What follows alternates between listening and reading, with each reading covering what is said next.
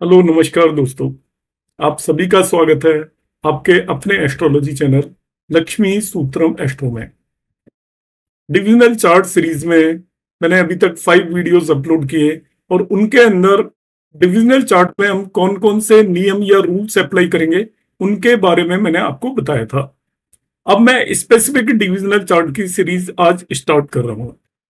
उससे पहले एक इंफॉर्मेशन देना चाहता हूँ कि हाउ टू एनालाइज कुंडली कुंडली को किस तरीके से एनालाइज किया जाए। इसके लिए मेरा एक 15 अक्टूबर से कोर्स आने वाला है।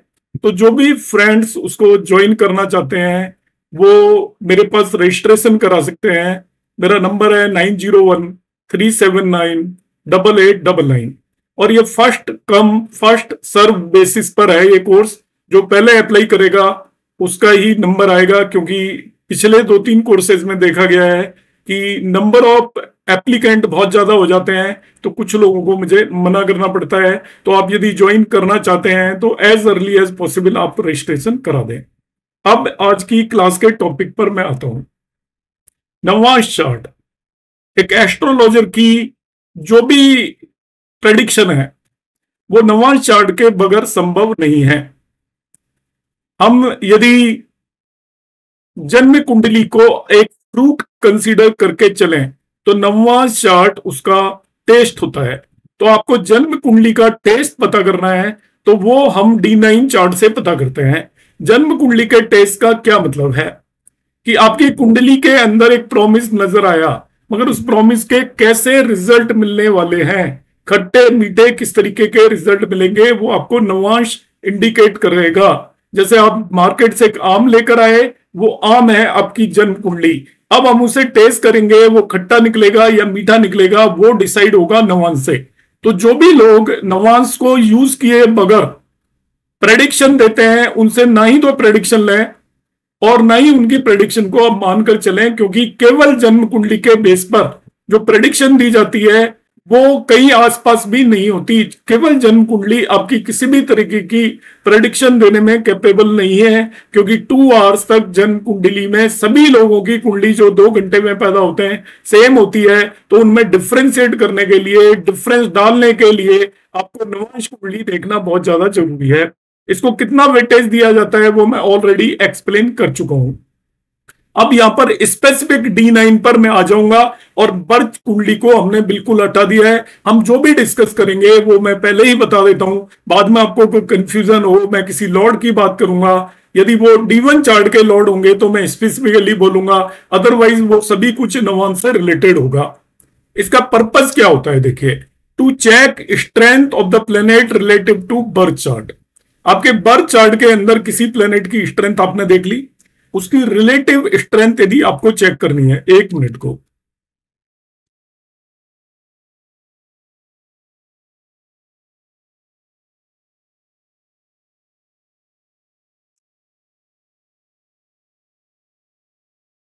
उसकी यदि आपको रिलेटिव स्ट्रेंथ चेक करनी है कि बर्थ चार्ट में प्लेनेट की क्या स्ट्रेंथ है, वो सब उच्च का नजर आ रहा है, एक्सोल्टेड अपनी ही राशि में बैठा हुआ है, आपको अच्छा लगेगा। मगर जब तक आप उसको नवांश में जाके कंफर्म नहीं करते हैं कि यदि वो बर्थ चार्ट में उच्च का है, पता चला नवांश में वो नीच का हो रहा है, तो उसकी रिलेटिव स्ट्रेंथ काफी वीक हो गई। आप जिस तरीके के रिजल्ट एक्सपेक्ट कर रहे थे पूरी पिक्चर बदल जाएगी, आप ये मानकर चलें।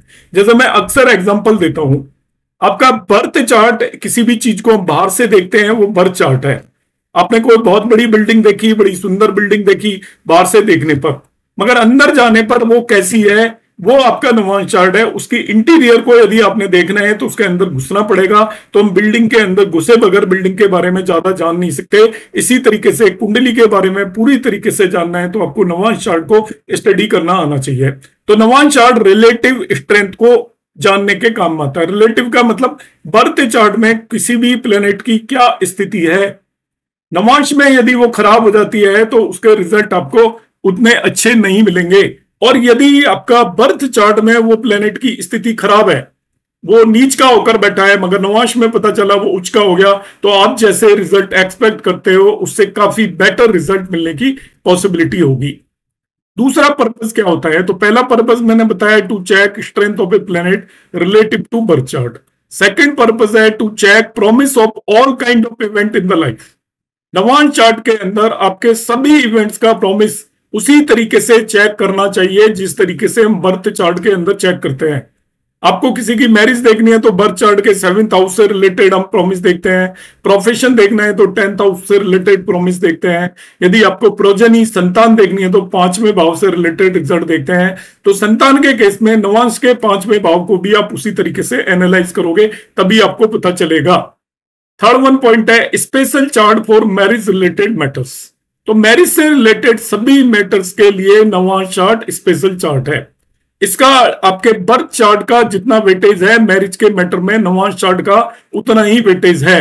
तो आप बर्थ चार्ट देखकर आते हैं, उसके बाद मैरिज के केस में जब तक हमने नवांश चार्ट नहीं देखा तो ये मान के चलिए कि हमने 50% ही देखा है, बाकी 50% हम नहीं देख पाए हैं। तो नवांश चार्ट को इक्वल वेटेज दिया गया है, एज ए सेपरेट कुंडली देखना चाहिए मैरिज के केस में नवांश चार्ट को, जैसे कि हम बर्थ चार्ट को देखते हैं।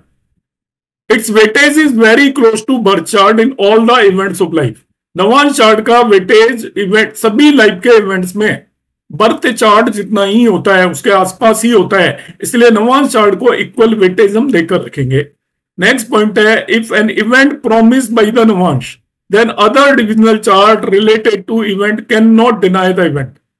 मतलब क्या है, यदि आपका कोई भी इवेंट आप देख रहे हो कि नवांश के हिसाब से घटित होगा नेटिव की लाइफ में, तो उसके उस इवेंट से रिलेटेड जो दूसरे डिविजनल चार्ट है, जैसे प्रोफेशन आप देखना चाहते हो, आपने देखा बर्थ चार्ट में प्रोफेशन का प्रॉमिस है, नवांश में भी प्रॉमिस है, तो आप D10 चार्ट में यदि प्रॉमिस नहीं है तभी भी वो इवेंट होकर रहेगा।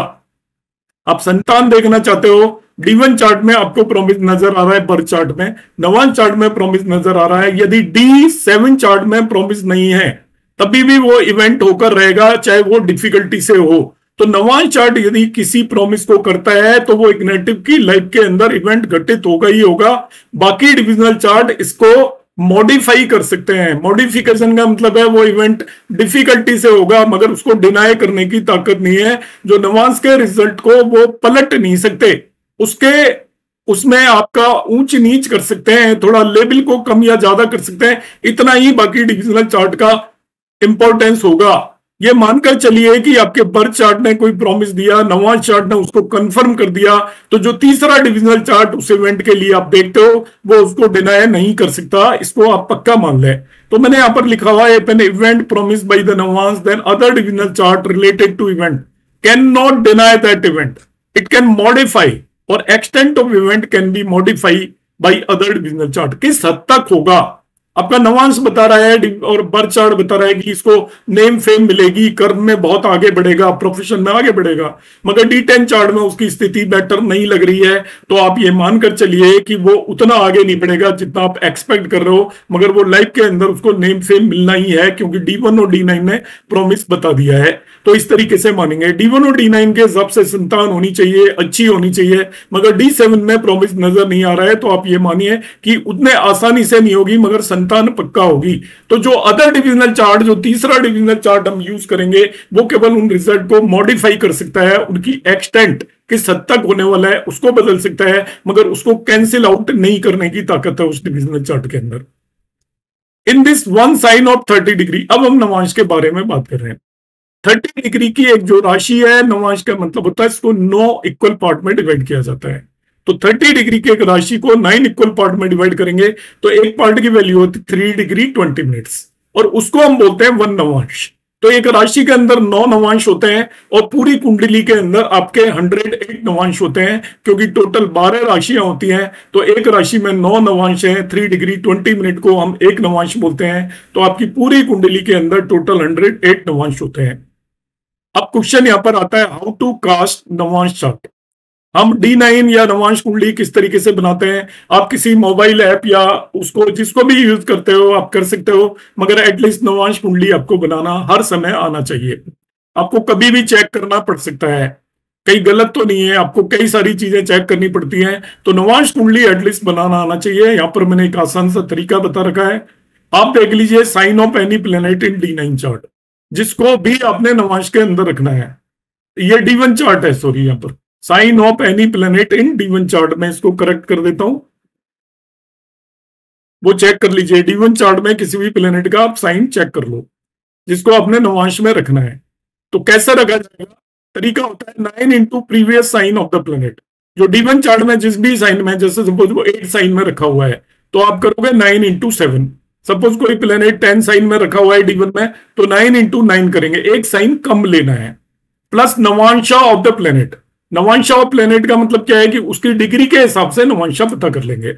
मैं भी प्रैक्टिकल एग्जांपल आपको करके बताऊंगा। तो 9 इंटू प्रीवियस साइन किया प्लस नवांशा ऑफ प्लेनेट, इसको x बोल दिया।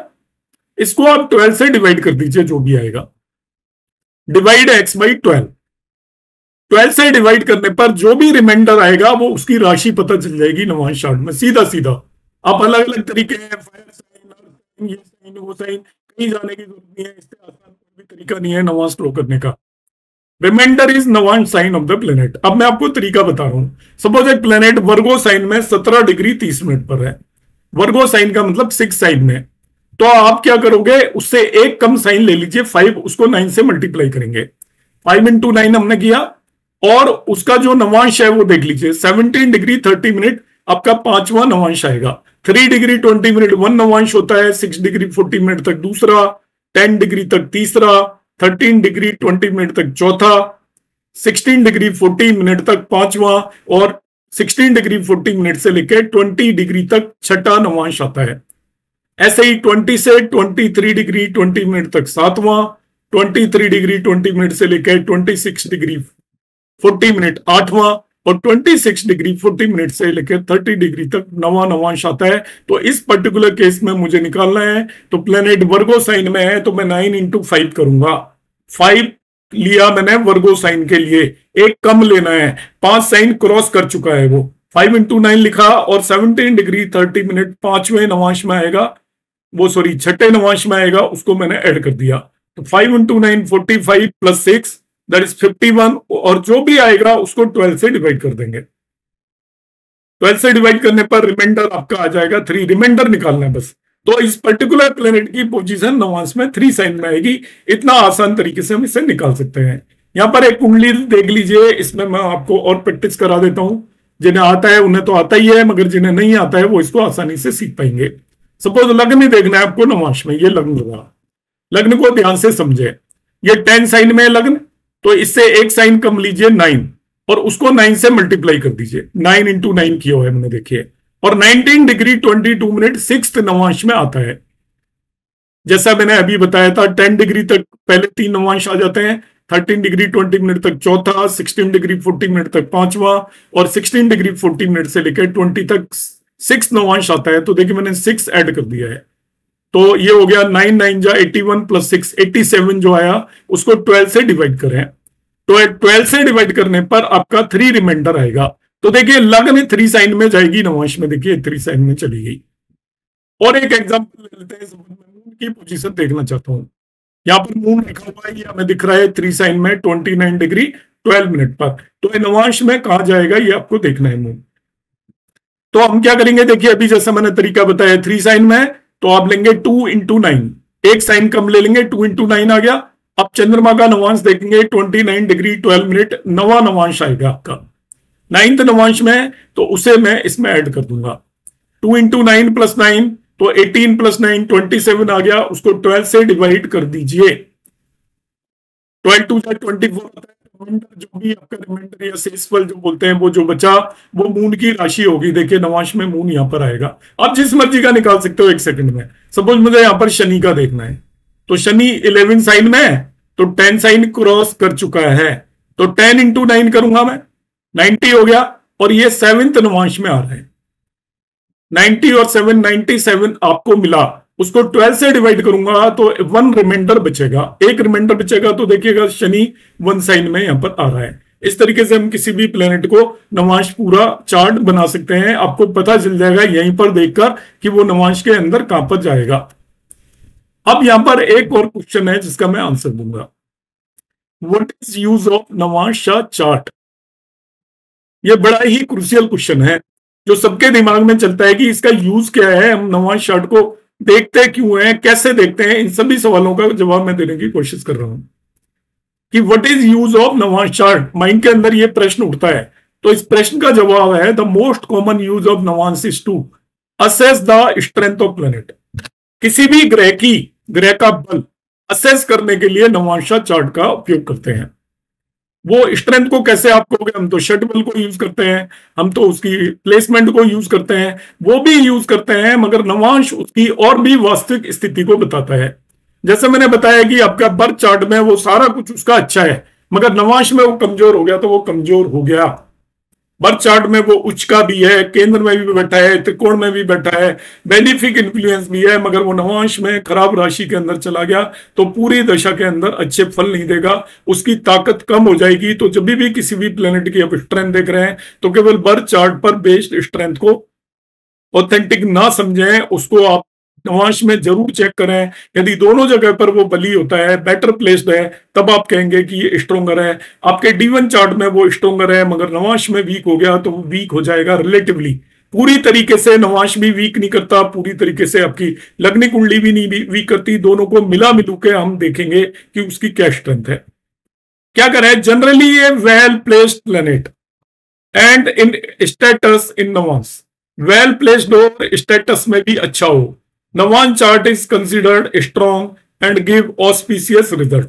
तो जो अच्छे से प्लेस्ड हो, अच्छे से प्लेस का मतलब सही भाव और सही राशियों के अंदर जो प्लेनेट नवांश के अंदर बैठा होता है, तो ऐसा प्लेनेट अच्छे रिजल्ट देता है। अब इसके रूल्स क्या है देखिए, planet exalted in the Navamsa chart is considered best even when it is debilitated in the birth chart. यदि वो बर्थ चार्ट के अंदर डेबिलिटेटेड हो गया, नीच का हो गया, मगर नवांश में उच्च का हो गया, तो वो काफी इंप्रूव हो जाएगा और अपनी दशा के दूसरे आप में बहुत अच्छे रिजल्ट देगा। वो जो नीच का हो रखा था उससे और कम हो जाएगा। ये अपना एक तरीके का नीच भंग आप इसे मानकर चलें, क्योंकि जो बर्थ चार्ट में नीच का प्लेनेट है वो इनिशियली खराब रिजल्ट देगा, मगर नवांश में उच्च का होने की वजह से जैसे जैसे टाइम बीतता जाएगा वो आपके उच्च के रिजल्ट देना शुरू कर देगा। तो वो एक तरीके से नीच भंग में भी ऐसा ही होता है। Second concept, any planet debilitated in D9 give bad result even it is exalted in D1। यदि D1 में वो उच्च का है मगर D9 में वो नीच का हो गया तो वो आपके खराब रिजल्ट देगा, मगर किस तरीके से देगा उस पूरे सेंटेंस पर आप ध्यान दें। जब वो D1 में नीच का है, वो सॉरी D1 में उच्च का है, तो शुरू में दशा में आपको लगेगा बहुत बेटर रिजल्ट दे रहा है, मगर D9 में नीच का हो गया तो जैसे जैसे दशा पास होती जाएगी वो आपको खराब रिजल्ट देना शुरू कर देगा। इसलिए केवल D1 के बेस पर जो लोग देख लेते हैं उच्च का है और D9 को असेस नहीं करते, उनकी प्रेडिक्शन बिल्कुल गलत जाने वाली है। Third concept, a Vargottama planet is strong. अब वर्गोत्तम का सूत्र बता रहा हूं, इस पर फोकस करना। वर्गोत्तम स्ट्रॉन्ग प्लेनेट होता है, it give name and fame.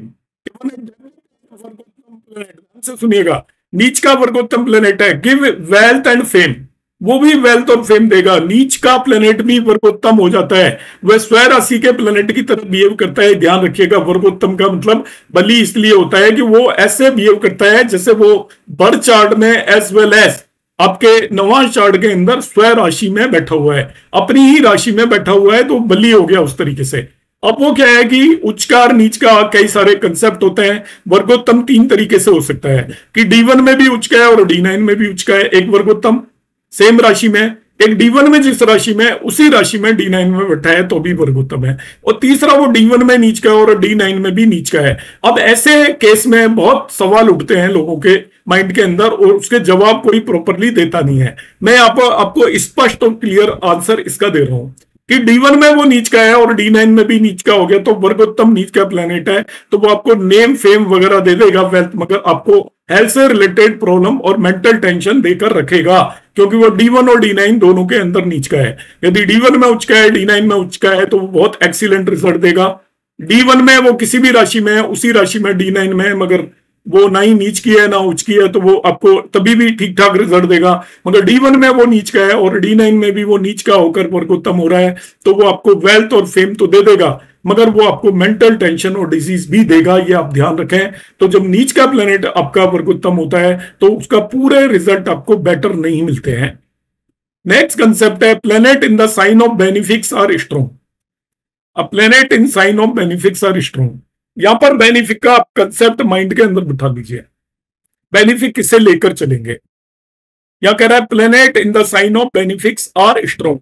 अब ये बड़ा कंफ्यूजिंग स्टेटमेंट लगेगा आपको, तो आप इसे नोट कर लें। बेनिफिक का मतलब यहां पर क्या होगा कि जो आपके बर्थ चार्ट के अंदर जो आपके फंक्शनल बेनिफिक प्लेनेट है आप उन्हें ले लोगे एक तो, और दूसरे जो आपके कंडीशनल अनकंडीशनल बेनिफिक प्लेनेट है, जैसे आपका जुपिटर और शुक्र ले लिया आपने।